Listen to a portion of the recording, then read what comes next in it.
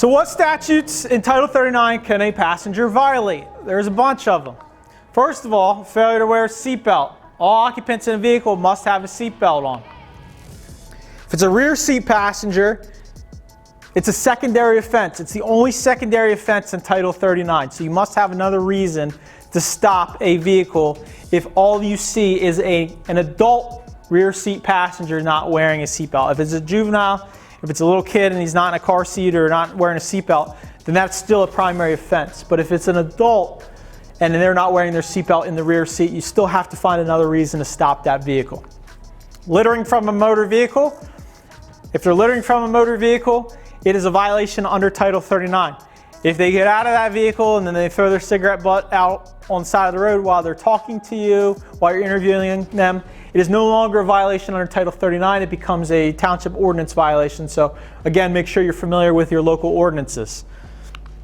Riding on parts not intended. This can be what I see a lot of times is people riding in like cargo portions of vans or trucks.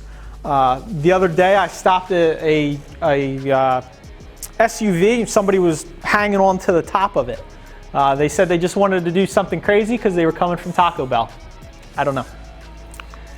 Failure to wear a helmet as required. So a passenger not wearing a helmet on a motorcycle or an autocycle is a different statute than the operator not wearing a helmet. All right, so just make sure you're familiar with the difference.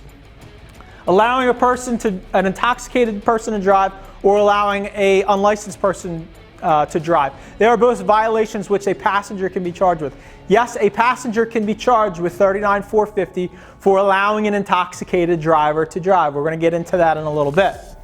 Allowing a suspended driver to drive.